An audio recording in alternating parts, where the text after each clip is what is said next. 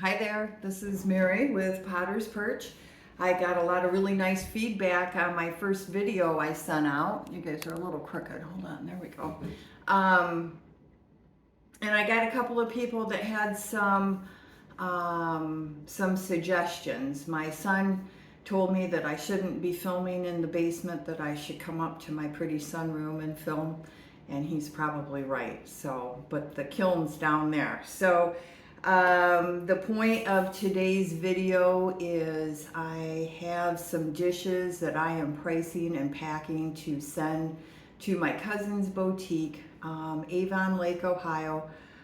Talents is the name of the boutique, and they have some amazing stuff in there. They are on the shores of Lake Erie. If you are a Talents customer that has been watching me on my Facebook page, Potter's Perch, these dishes are headed your way. I hope you like them. I'm kind of putting them together as color sets. This first one, this is one of my favorite glaze combinations. I don't know if it looks as good on the camera as it does in person, but I've got a little set of salad or soup or cereal or whatever you desire. So 4 small bowls and then a little bit larger serving bowl. That might make a really nice pasta serving dish. And in addition to those, I've got a nice chip and dip or veggies and dip, cheese and crackers, shrimp cocktail, whatever you want to put in there. There is a deep groove on it. If you wanted to wrap it in a hanging wire, you could display it on the wall instead as storage. We've also got one of my, so I live in the woods. I live up on a hill. That's what the name of my studio, Potter's Perch. It's because I'm on a hill. It's nothing to do with fish, but I like all things about being outside and in the woods, and this color combination really strikes me as an outdoor, the grass green. This is a glaze.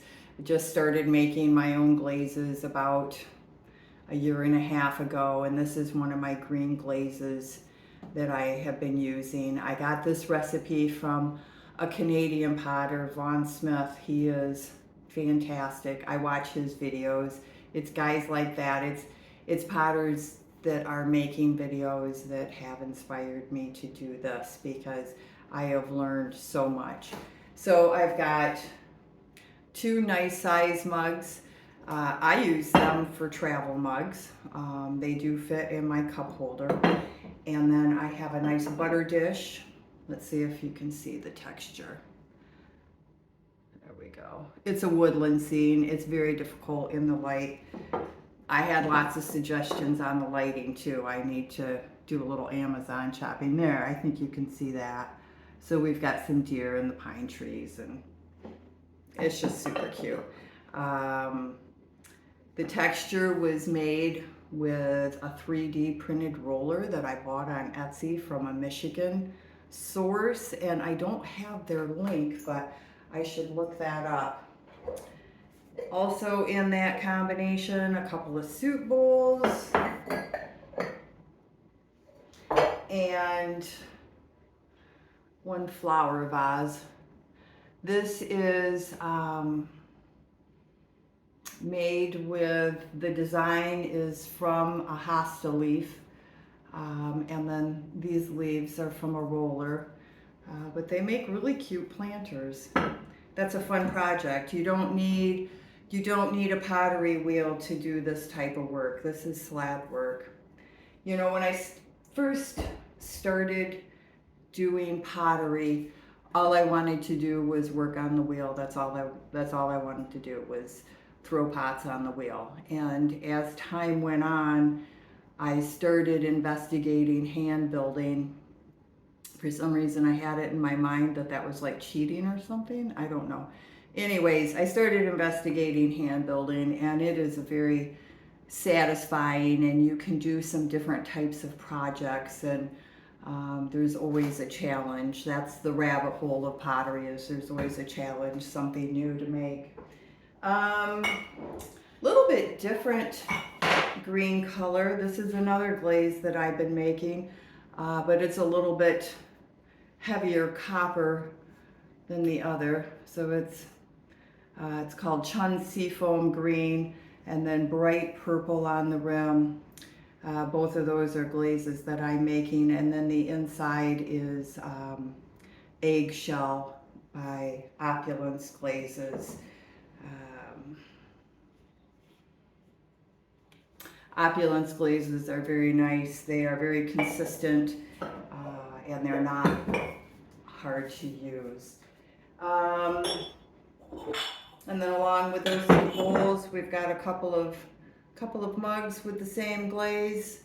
I don't know if you can see it, but there's a lot of purple that just naturally comes through. That's part of that green glaze. When it breaks on the texture, you get that purple. That's actually a leaf stamp. Those are stamps that I made out of clay, and they just make some really nice designs. Then we've got, thought I would send some purple down. That's got a lot happening. There's a lot of movement on that. So that's a really fun, funky glaze. And then we've got some real soft pink. That's a nice mug too. So this last firing that I did, I had some glaze experiments, because that's part of the fun. Are the glazes, the different colors, you put the different glazes together, and there's different chemical reactions and things happen. So I was really afraid that the glaze was just going to run right off from the pot onto the shelf. So I set them up on these little stilts. They're little metal tongs that sit in, so it's just a little pinprick touching the bottom of your mug. So what happened is I had these three, I'm running out of room, and they fell off from the stilts. They fell together, and this glaze, there's a lot of silica in it, there's a lot of glass. That's what makes it shiny. And so when it melted, it fused. I think these are the two that were fused like that. So they fell together like a teepee and destroyed my mugs. So I will try this again and do a better job with my stilts. This is obviously going in the trash can, but look at how beautiful that is. Oh, definitely be doing that again. This is a Clayscapes glaze, pitch black, and this is a Canadian company, Spectrum Glazes, and this is pearl white. Pearl white has a lot of movement, so you can see that's another mug. That's the piece of the mug. There's some real heartbreak in this hobby. And then this was one of the other ones, and this is a great color combination. I might be able to sand that off and fire it again.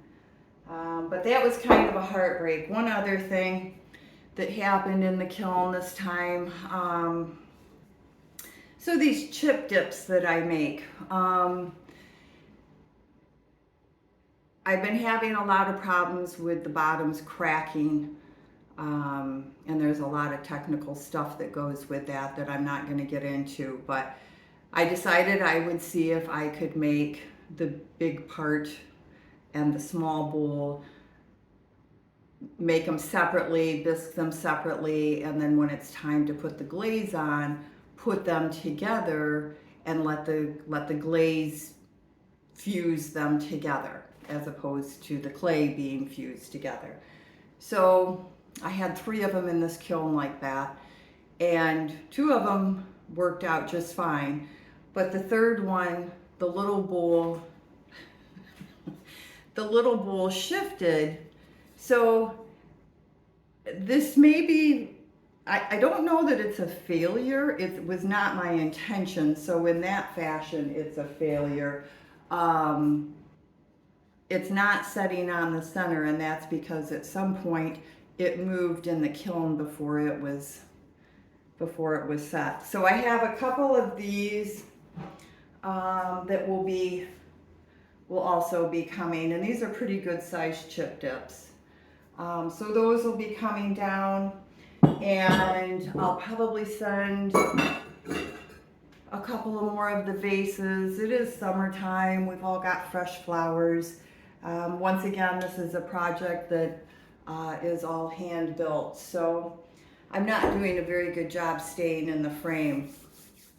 And you can see, if you watch the last video, my ponytail palm went in the planter that I didn't want to sell.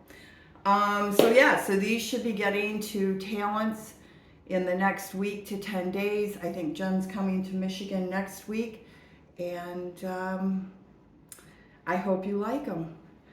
If you like the video, hit the subscribe button, hit the like button, leave me a comment, let me know, are there things you want to see, are there things you want to know about, are there different types of dishes you'd like to have me send to Ohio. All right, thanks.